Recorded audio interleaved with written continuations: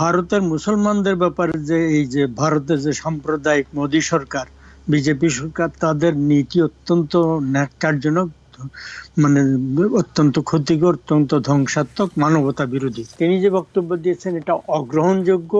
পারস্পরিক সম্পর্কের ক্ষেত্রে বাংলাদেশের মানে জনগণের প্রতি এক ধরনের অশ্রদ্ধার প্রকাশ পেয়েছে তাকে। ইউনূসের যদি কোথাও সাপোর্ট থেকে থাকে সেটা হচ্ছে ইউনাইটেড স্টেটসের সবচেয়ে বেশি, তারপরে ইউরোপে। কাজেই সেখানে তার হাত আরো মজবুত করবে। এই যে যেটা কথাবার্তা হবে সাইড লাইনে আগামীকাল, সেখানে দেখা যাবে যে তার হাত আরো মজবুত করবে বাইডেন।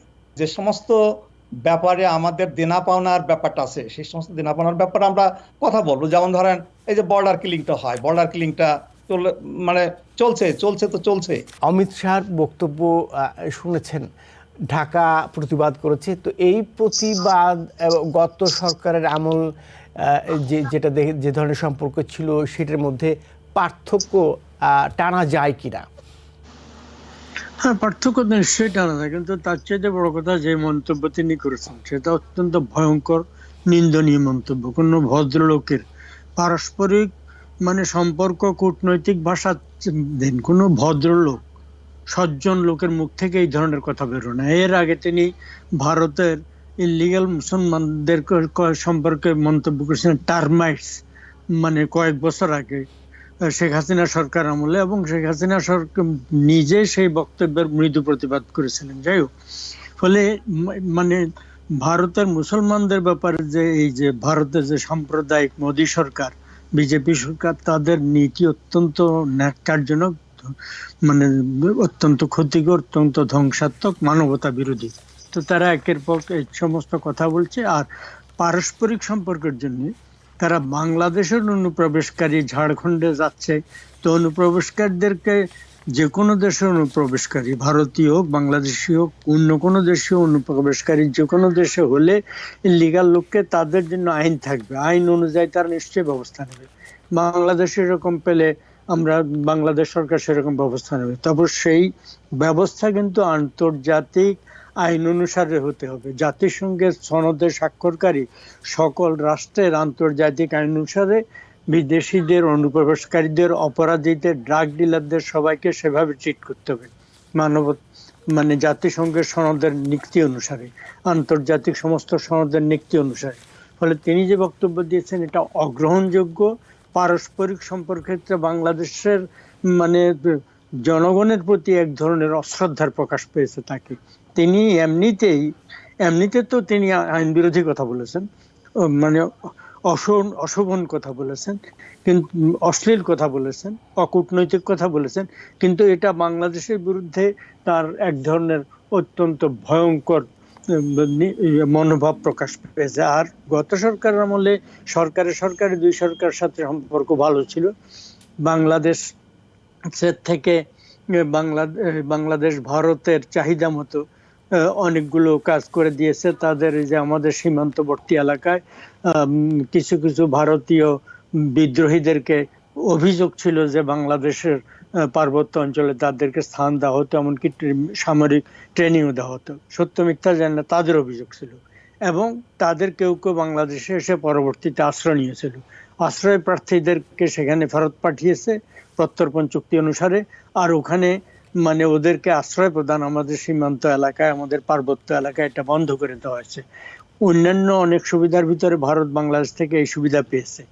এখন নতুন ব্যবস্থায় তারা সেই সুবিধা নিয়ে সম্ভবত ঘাবড়ে গেছে, ভয় পেয়ে গেছে, নতুন সরকার আমলে কি ধরনের কি হয়। এই জন্য তারা অগ্রিম সম্ভবত এই ধরনের কথা বলছে। কিন্তু অগ্রিম কথা এই ধরনের না বলে কূটনৈতিক ল্যাঙ্গুয়েজে বলা যায়, কূটনৈতিক সূত্রে তাদের উদ্বেগের কথা তারা জানতে পারে। আমি একেবারে কুণ্ঠাহীন চিত্তে তার এই ভাষার নিন্দা করছি। রাইট, আপনাকে ধন্যবাদ ডক্টর মুনির মুস্তফা আলী।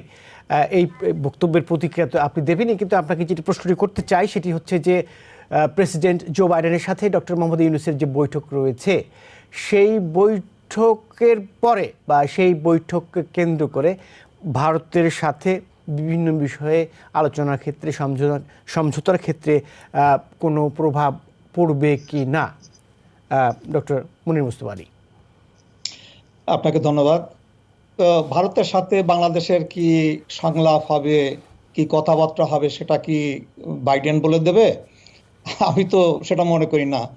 বাইডেন একটা থার্ড কান্ট্রি, সে থার্ড কান্ট্রি একজন বলে দেবে যে বাংলাদেশের সাথে ভারতের কি কথা বলতে হবে। আমি মনে করি যে বাংলাদেশের সাথে ভারতের যে সমস্ত দ্বন্দ্ব হোক, যে সমস্ত বৈষম্য থাক, যে সমস্ত ডিসপ্যারিটি থাকুক, সেগুলো দুই দেশের মধ্যেই আলাপ আলোচনা করে করতে হবে। তা আমি একটু এই যে আপনার অমিত শাহর কথাটা আমি একটু মন্তব্য করতে চাই, কারণ এই অমিত শাহর নামটা মনে হলেই আমার ওই অনেক কথা মনে পড়ে যায় আর কি। সে এই যে মোহাম্মদুল্লাহ ভাই যেমন বলেছেন যে সে কয়েক বছর আগে সে ওই যে টার্মাইটের সাথে করেছে, এবং সে কথা বলেছিল যে বাংলাদেশিদের যদি সুযোগ দেওয়া হয় ইমিগ্রেশনের, ভারতীয় ইমিগ্রেশনের, তাহলে বাংলাদেশ একের সমস্ত লোক ভারতে চলে আসবে। এ ব্যাপারে কিন্তু পশ্চিমবঙ্গের কিছু মিডিয়াও তার উপর চড়া হয়েছিল এবং তাকে যাতা বলে তাকে করেছিল। এখন এখানে কথা একটা জিনিস কিন্তু এখানে ইমপ্লিসিট আছে, সেটা হচ্ছে যে বাংলাদেশ অত্যন্ত গরিব দেশ, ভারত অত্যন্ত ধনী দেশ। বাংলাদেশের লোক চায়, মানে ইকোনমিক কারণে তারা চায় বাংলাদেশ থেকে ভারতে চলে যেতে। হ্যাঁ, তা এখানে তো তাকে বলা উচিত, মানে তাকে বলা হয়েছে, অতীতে বলা হয়েছে এবং এখনো বলা উচিত যে বাংলাদেশের পার ক্যাপিটা ইনকাম তোমাদের চাইতে বেশি, কাজেই বাংলাদেশ গরিব না, অন্তত ভারতের চেয়ে গরিব না। কাজেই ভারতের লোক আমরা আশা করতে পারি যে তারা বাংলাদেশে আসতে পারে, কিন্তু বাংলাদেশি লোক ভারতে ইকোনমিক কারণে যাবে না। রাইট। তো তো যেটা আপনি বললেন যে দ্বিপাক্ষিক যে ঘটনাগুলো আছে, আমি যেটা বলতে চেয়েছি যে জো বাইডেনের সাথে বৈঠকের পরে ডক্টর ইউনূসের হাত শক্তিশালী হবে কিনা, তার সরকার শক্তিশালী হবে কিনা, বহির্বিশ্বে বিশেষ করে পশ্চিমা বিশ্বে বাংলাদেশের ভাবমূর্তি কোন জায়গায় দাঁড়াবে, বা নতুন করে ডিফাইন করবে কিনা, বাংলাদেশকে নতুন চোখে দেখবে কিনা। আমি বলতে চাচ্ছি যে জো বাইডেনের সাথে বৈঠকের পরে বাংলাদেশের অভ্যন্তরে বিভিন্ন রাজনৈতিক দলগুলোর সাথে আলাপ আলোচনার ক্ষেত্রে বা বিভিন্ন পক্ষের সাথে আলোচনার ক্ষেত্রে ডক্টর ইউনূস আরও সাহস পাবেন কিনা, মানে কোনো প্রভাব দেশের বাইরে পড়বে কি না, এটা জানতে চেয়েছি। তার জন্য নতুন করে আলোচনার কোনো প্রয়োজন নেই, কারণ আমি এর আগেও বলেছি যে ইউনূসের যদি কোথাও সাপোর্ট থেকে থাকে সেটা হচ্ছে ইউনাইটেড স্টেটসের সবচেয়ে বেশি, তারপরে ইউরোপে। কাজেই সেখানে তার হাত আরো মজবুত করবে। এই যে যেটা কথাবার্তা হবে সাইড লাইনে আগামীকাল, সেখানে দেখা যাবে যে তার হাত আরো মজবুত করবে বাইডেন। হ্যাঁ, এই যে সে ইন্টারভিউটা পেলো বাইডেনের সাথে, মানে ইতিপূর্বে বাংলাদেশের কোনো নেতা তো এভাবে সাইড লাইনে আমেরিকার প্রেসিডেন্টের সাথে কথা বলার সুযোগ পায়নি। সেখানে প্রফেসর ইউনূস পেয়েছে, এবং তার পিছনে পাওয়ার কারণ হলো তাদের জানাশোনা অনেক আগের থেকেই বাইডেনের সাথে বা অন্য পলিটিশিয়ানদের সাথে, ফরমার সেক্রেটারি অফ স্টেট ক্লিন্টনের সাথে তার পার্সোনাল বন্ধুত্ব, বলবো যে ব্যক্তিগত বন্ধুত্ব তার, কাজে সেটা পাবে। এবং এই যে ভারতের ব্যাপারে যেটা বললেন, ভারতের তো মোদির সাথেও তার একটা আলাপ হয়েছে, বাংলাদেশ নিয়ে তার আলাপ হয়েছে, কাজে বাংলাদেশ প্রসঙ্গটা উঠবে। এবং বাংলাদেশ প্রসঙ্গটা উঠলে আমি যেটা বললাম যে সমস্ত ব্যাপারে আমাদের দেনা পাওনার ব্যাপারটা আছে, সেই সমস্ত দেনা পাওনার ব্যাপারে আমরা কথা বলবো। যেমন ধরেন এই যে বর্ডার কিলিংটা হয়, বর্ডার কিলিংটা মানে চলছে, এটা তো আমরা দেখছি গত অনেক বছর যাবত এটা চলছে, এটা নিয়ে আমরা কথা বলতে পারি। আমরা কথা বলতে পারি তাদের সাথে আমাদের যে ট্রেড ডেফিসিট আছে, মানে সেটা বাইডেন যে কিছু করতে পারবে, অন্তত তাকে বলা যাবে যে সে আমার পাশের দেশ, তার সাথে আমার এই ট্রেড ডেফিসিট আছে, আমাদের মার্কেট তাদেরকে দিচ্ছে কিন্তু তাদের মার্কেট আমাদেরকে দিচ্ছে না, সেটা নিয়ে কথা হতে পারে। আপনার যে ট্রানজিটের ব্যাপারে কথা নিতে হবে, যে আমরা হান্ড্রেডস অফ মাইলস ট্রানজিট দিয়েছি, কিন্তু তারা আমাদেরকে মানে 30-40 মাইলস ট্রানজিট দিতে পারছে না, এই সমস্ত ব্যাপারে কথা হতে পারে। হ্যাঁ, কাজেই আমি মনে করি যে এই যে ইন্টারভিউটা সে পেয়েছে বাইডেনের সাথে, তার যে অডিয়েন্সটা পেয়েছে, এটা একটা বিরাট ব্যাপার। এখন বাংলাদেশের ভাবমূর্তিটা কি হবে, হ্যাঁ, সেটা কিন্তু ডিপেন্ড করছে এই গভর্নমেন্টের সাকসেস বা ফেলিয়ারের উপর। তবে সাকসেসে তাদের যথেষ্ট সুযোগ আছে।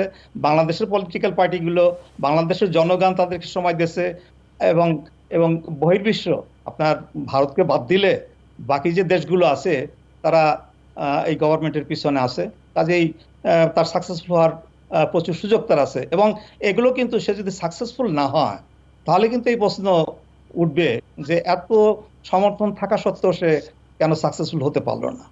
এখনো তো সেই ঘটনা ঘটেনি, এখনো সাকসেসফুল হওয়ার পথে আছে এরকমই বলা যেতে পারে।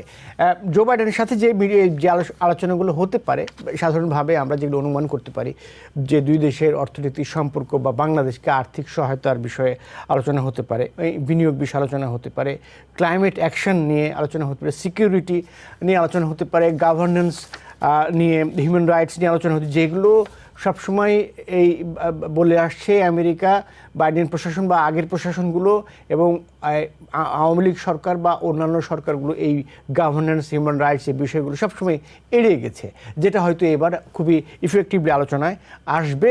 রোহিঙ্গা ক্রাইসিস নিয়ে আলোচনা হতে পারে এবং রোহিঙ্গা ক্রাইসিস নিয়ে আসলে বাংলাদেশের চেয়ে বাংলাদেশের অন্যান্য পার্টি যারা আছে জাতিসংঘে, তাদের উপরে বিষয়গুলি নির্ভর করছে সেটা এখন কোন দিকে যাবে। সেইটা আমি একই প্রশ্ন যে প্রশ্নটি করেছিলাম যে এই জো বাইডেনের সাথে মিটিংয়ের প্রভাব আমি জানতে চাইব সৈয়দ মোহাম্মদুল্লাহর কাছে, জেনে তারপরে একটা বিরতিতে যেতে চাইব। জি, আপনি যেটা বললেন রোহিঙ্গা ইস্যু নিয়ে নিশ্চয়ই আলোচনা হবে, কারণ বাংলাদেশ চাচ্ছে এইটার ব্যাপারে যুক্তরাষ্ট্র এবং অন্যান্য ইউরোপীয় দেশগুলো, ইউরোপিয়ান ইউনিয়ন এদের প্রভাব খাটিয়ে এরা যদি অন্তত রোহিঙ্গাদের প্রত্যর্পণের ব্যাপারে কোনো ব্যবস্থা করতে পারে, এইটা একটা। 2 নম্বর হচ্ছে যতদিন তারা বাংলাদেশে আছে তাদের জন্য যে আন্তর্জাতিক বিভিন্ন লেভেল থেকে বরাদ্দ যা আসছিল সেটা ফুরিয়ে গেছে, সেটা অনেক কমে গেছে। তো তাদেরকে সাস্টেইন করার জন্য, রাখার জন্য আমাদের খরচাটা, সেটার ব্যাপারে আলোচনা। আর এমনিতে এই নতুন সরকারের পলিসি নিয়ে জেনারেল দেখুন, বাংলাদেশের লোক বাংলাদেশ স্বাধীন হওয়ার পর থেকে বাংলাদেশকে একটি সেকুলার ডেমোক্রেটিক কথা বলে আসছে। আমাদের গণতন্ত্র আছে, ডেমোক্রেটিক রাষ্ট্র ঠিক আচরণে আমাদের তেমন কখনো হয়নি, কিন্তু সেকুলারিজম।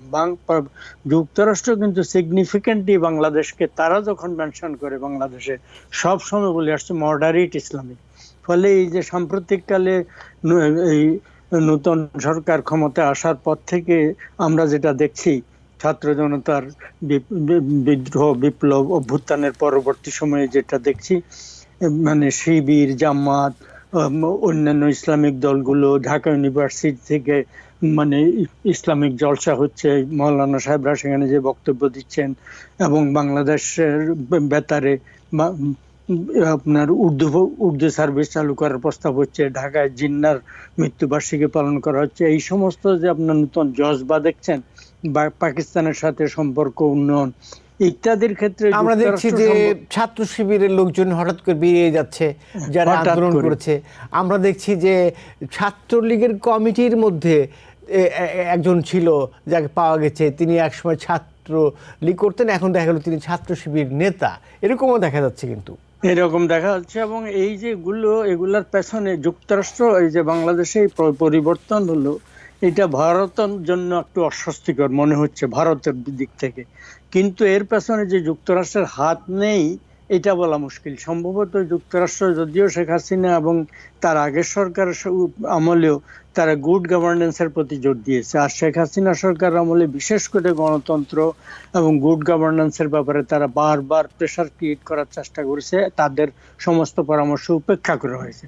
ফলে তারা বাহ্যিকভাবে হেরে গেলেও বোঝা যাচ্ছে যে পেছনে তাদের এই যে সমস্ত উত্থান হলো, এর পেছনে আমরা ভবিষ্যৎ যখন এই সমস্ত দলিল মানে মুক্ত হবে, আমরা আপনারা কে কখন থাকে জানি না, কিন্তু তখন দেখা যাবে যুক্তরাষ্ট্রের প্রচ্ছন্ন বা কোনো না কোনো ভূমিকা ছিল। যাই হোক, যেটাই হোক, বাংলাদেশ গণতন্ত্রের পথে থাকুক, এটা আমাদের কাম্য প্রতিবেশীদের সাথে। এবং আমার ধারণা মানে উনি সম্ভবত বাংলাদেশে মানে মডারেট ইসলামিক কান্ট্রি এইদিকে জামাত ইত্যাদিকে নিষিদ্ধ করা, এগুলার উনি ওনারা চান না, কখনোই চান না, এটা করবেন না। কিন্তু একটু প্রাইভেটলি হয়তো বলবেন যে যেন একেবারে মানে মৌলবাদীদের উত্থান না ঘটে, সম্ভবত সেটা একটা বলবেন। দ্বিতীয়ত সম্ভবত এটা বলবেন ভারতের ব্যাপারে, তোমরা তাদের সাথে সুসম্পর্ক মেনটেন করার চেষ্টা করো উইদিন দি লিমিটস, এবং আমরা ভারতকেও আপনি নিশ্চয়ই মোদীকেও তিনি বলেছেন যে বাংলাদেশের নূতন সরকারের ব্যাপারে তোমরা কোনো কঠোর অস্বস্তিমূলক নীতি নেবে না। আমি নিশ্চয়ই সেটা মডারেটলি, অত্যন্ত ভদ্রভাবে, খুব কৌশলে তিনি সেটা বলেছেন। বাংলাদেশকেও সম্ভবত ডিপ্লোম্যাটিক ভাষায় সেটা বলার চেষ্টা করবেন। তো এই পরে কিন্তু ওভারঅল এই সরকারকে মডারেট ইসলামিক রাষ্ট্র রাখা, সেটা যুক্তরাষ্ট্রের এবং ভারতের এই পশ্চাতে, ওইদিকে যেমন চীন এবং পাকিস্তান আছে, এই দিকটা তো ভারতের জন্য একেবারে স্বস্তিকর একটা পরিবেশ না হতো। ভারতের উপর একটা প্রেসার বজায় রাখা যুক্তরাষ্ট্রের সম্ভবত গ্লোবাল পরিস্থিতির অংশ, যাতে করে ভারত যুক্তরাষ্ট্রের কথা মতো চীনের বিরুদ্ধে, ভারতের নিজের স্বার্থে এবং যুক্তরাষ্ট্রের স্বার্থে চীনের বিরুদ্ধে কোয়াডের যে পলিসি, সেটার সাথে সংহত হয়, রাশিয়া থেকে সরে আসে এবং রাশিয়ার থেকে অস্ত্রশস্ত্র কেনা কমিয়ে দিয়ে যুক্তরাষ্ট্র এবং পশ্চিম বিশ্ব থেকে আরো বেশি অস্ত্র কেনে। এবং এই রিসেন্টলি নতুন একটা মানে কম্পিউটারের স্পেশাল ধরনের চিপ কন্ডাক্টর সম্ভবত কারখানা ভারতে করার ব্যাপারে মোদির সাথে বৈঠকে তিনি তাদেরকে আশ্বাস দিয়েছেন। হবে কি না হবে সেটা অন্য কথা, আপাতত আশ্বাস দিয়েছেন। ফলে ভারত ক্যারট অ্যান্ড স্টিক দুই ধরনের পলিসি নিচ্ছে, প্রচ্ছন্ন এবং প্রকাশ্যে নিয়ে ভারতকে তাদের লাইনে রাখছে, তাদের সাথে ঘনিষ্ঠ করার চেষ্টা করছে। বাংলাদেশ তো তাদের ঘনিষ্ঠ হবেই। এবং ডক্টর ইউনূসের প্রতি, ডক্টর ইউনূসকে যেটা প্রফেসর সাহেব বলেছেন এটা উল্লেখ করা উচিত, ডক্টর ইউনূসকে যে মানে এইরকম একটা বৈঠকের ব্যবস্থা করছেন, এটা কেবল অত্যন্ত গুরুত্বপূর্ণ দেশগুলোর সাথে যুক্তরাষ্ট্রের প্রেসিডেন্ট মানে আঙ্কা এই যুক্তরাষ্ট্র জেনারেল অ্যাসেম্বলির মিটিং এর পাশে একসাথে সবাইকে রিসেপশন দেন, সেখানে হ্যান্ডশেক করেন, হাউ ডু ইউ ডু এগুলা বলেন, দ্যাটস ইট। প্রাইভেট এই ধরনের আলাদা বৈঠক করেন, এই প্রথম হচ্ছে। তো পাশ্চাত্যের কাছে ইউনূসের গুরুত্বের একটা প্রধান কারণ এখানে উল্লেখ করা উচিত। তাকে এরা যে এত গুরুত্ব দিচ্ছে সেটা হচ্ছে, দেখুন, ক্যাপিটালিজম মানে একবার আঘাত খেয়েছিল কমিউনিজমের কাছে, সোশ্যালিজমের কাছে, তাকে তো সেটাকে তারা শেষ করতে পেরেছে। এখনো পর্যন্ত ক্যাপিটালিজমকে ধারটা কিছুটা সংহত, কিছুটা মাইল্ড করার জন্য ডক্টর ইউনূস তাদের পরামর্শ মতো এই ক্ষুদ্র ঋণ আবিষ্কার করেননি, তিনি নিজেও এটা উদ্ভাবন করছেন। কিন্তু তার এই পলিসি তারা দেখেছে মানে একেবারে ভয়ঙ্কর দরিদ্রদেরকে অন্তত কিছু আলো দেখাবে, কিছুটা সুসহ করবে তাদের। পৃথিবীব্যাপী ক্যাপিটালিজমের নগ্ন রূপ থেকে কিছু লোককে যদি অন্ততপক্ষে সুসহ জীবন দেওয়া যায়, সেটা ক্যাপিটালিজমের স্থায়িত্বের ক্ষেত্রে হেল্প করবে। এই দৃষ্টিভঙ্গি থেকে সম্ভবত ডক্টর ইউনূসের মানে প্রতি তাদের দুর্বলতার এবং সমর্থন, যে কারণেই হোক বাংলাদেশ তার দ্বারা উপকৃত হোক, বাংলাদেশ সুশাসন হোক, গণতন্ত্র ফিরে আসুক, আমরা সবাই অত্যন্ত আন্তরিকভাবে আশা করি। If you're wondering, should I get my COVID shot? Think about other people.